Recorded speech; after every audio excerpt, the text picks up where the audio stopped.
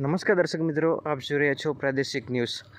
વાત કરવી છે આંતરપાકની, તો ખેડૂતો એક સમયે એક જ ખેતરમાં એક કરતાં વધારે પાકો વાવે અથવા બેથી વધારે પાકો વાવે તો એને આંતરપાક કહેવાય। તો આ આંતરપાકમાં ખેડૂતોએ કેવા પ્રયોગ કરતા હોય છે તો જોઈએ।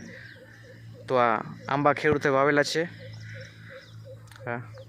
આંબા છે અને વચ્ચે મગફળી વાવેલી છે મિત્રો, અને મગફળીને વચ્ચે એમાં આ વાલ વાવી છે। આ વાલનો ચા છે મિત્રો।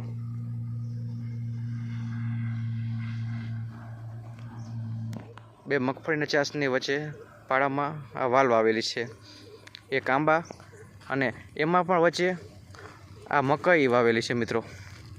આ મકાઈ આ વાવેલી છે, આ જોઈએ આપણે।